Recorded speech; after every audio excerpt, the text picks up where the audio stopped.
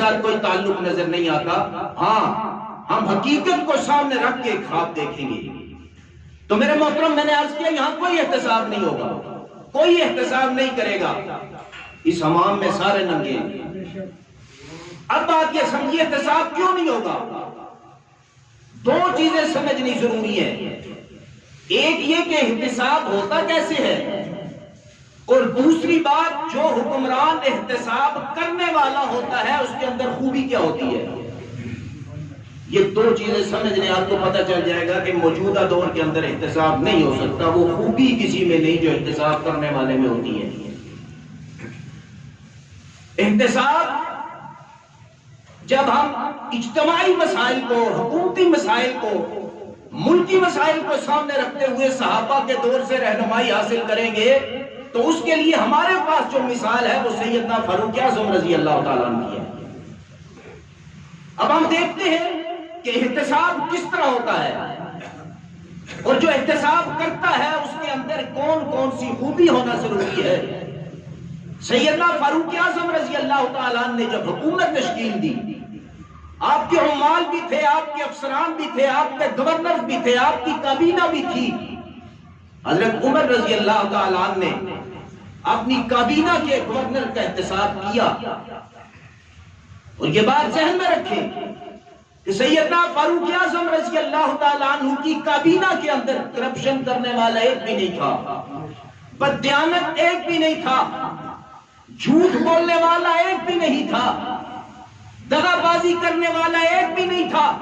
ان کے تو ایمانوں پر بھی شک کرنا کفر کے مترادف ہے, لیکن اس کے باوجود بھی فاروق اعظم رضی اللہ تعالیٰ عنہ نے احتساب کیا, اور اس احتساب کو تسلیم کیا گیا. یا پتہ چلے گا حکومت کی رٹ کیسے قائم ہوتی ہے.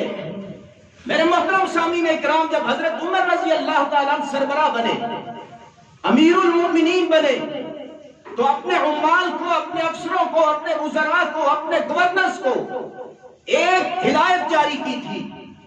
وہ ہدایت کرپشن روکنے کے لیے قانون کی حیثیت رکھتی ہے. صرف ایک ہدایت ہے.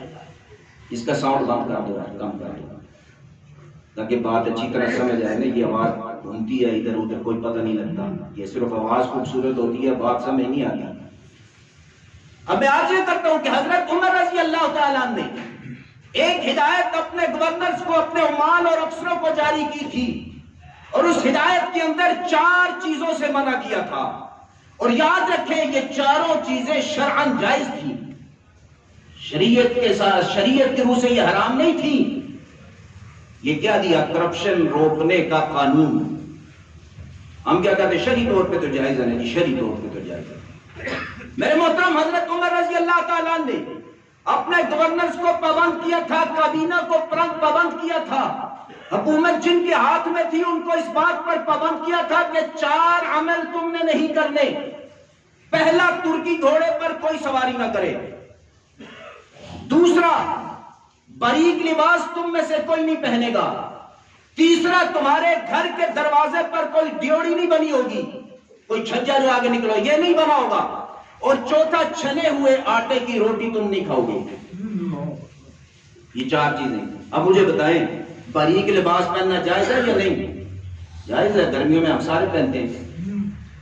چھنے ہوئے آٹے کی جو روٹی ہے کھانا جائز ہے یا نہیں؟ سارے کھاتے ہیں. ترکی گھوڑے پر سفر کرنا جائز ہے کہ نہیں؟ سارے کرتے ہیں. یہ صرف کابینہ کو منع کیا, گورنرز کو, قوم کو منع نہیں کیا, رعایا کو منع نہیں کیا. صرف گورنرز استعمال نہیں کر سکتے. اور یہ دروازے کے اوپر چھجا بنا دینا, ڈیوڑی بنا دینا جائز ہے کہ نہیں؟ ہر گھر کے اوپر آج. یہاں غور طلب بات یہ ہے کہ حضرت عمر رضی اللہ تعالیٰ نے منع کیوں کیا. وجہ یہ اس معاشرے کے اندر یہ امتیاز کی علامت سمجھا جاتا تھا, کہ بڑے آدمی کی علامت سمجھا جاتا تھا, امیر آدمی کی علامت سمجھا جاتا تھا. ترکی گھوڑے پر سواری کرنے والا بڑا مالدار ہے, بڑا آدمی ہے. جس کے گھر کے سامنے چھجا بنا ہوا ہے یہ بڑا امیر آدمی ہے. چھنے ہوئے روٹی کھانے والا, چھنے ہوئے آٹے کی, بڑا امیر آدمی ہے. معاشرے سے یہ چیز دوسروں کو ممتاز کرنے والی تھی. اور حضرت عمر رضی اللہ تعالیٰ نے اپنے گورنرز کو اس لیے یہ ہدایت کی تھی کہ تمہارا معیار وہی ہوگا جو ہماری قوم کے غریب آدمی کا معیار ہے، اس سے تم ممتاز ہونے کی تمہیں کوئی اجازت نہیں۔ آج کے الفاظ میں سمجھاتا ہوں، حضرت عمر نے وی آئی پی کلچر کو ختم کر دیا۔ اب بات سمجھ آ گئی؟ حضرت عمر نے بنیادی حکومت سنبھالتے ہی سب سے پہلا کام یہ کیا کہ وی آئی پی کلچر ختم۔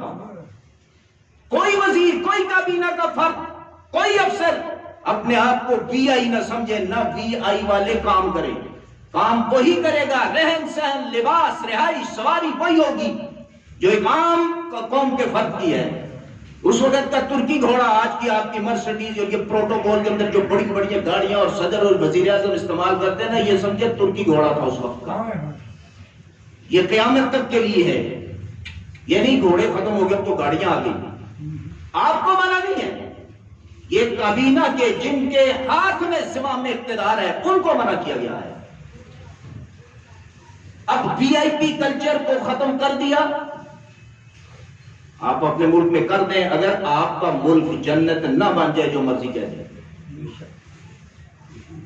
میرے محترم سامعین اکرام، اگر کسی گورنر نے شرعی طور پر جائز سمجھتے ہوئے ان ہدایات میں سے کسی ایک کی خلاف ورزی کی ہے تو اس کا حضرت عمر نے احتساب کیا ہے۔ یہ بات سمجھے، احتساب کیسے کرتے ہیں؟ یہ شرعی طور پر ناجائز نہیں تھا، اگر پھر بھی کسی گورنر سے ان 4 ہدایات میں سے کسی ایک پر بھی عمل کرنے میں کوتاہی ہوئی ہے تو حضرت عمر رضی اللہ تعالیٰ عنہ نے اس کا احتساب کیا ہے، اور کس طرح کیا ہے یہ بتاتا ہوں۔ طریقہ کیا ہے احتساب کا؟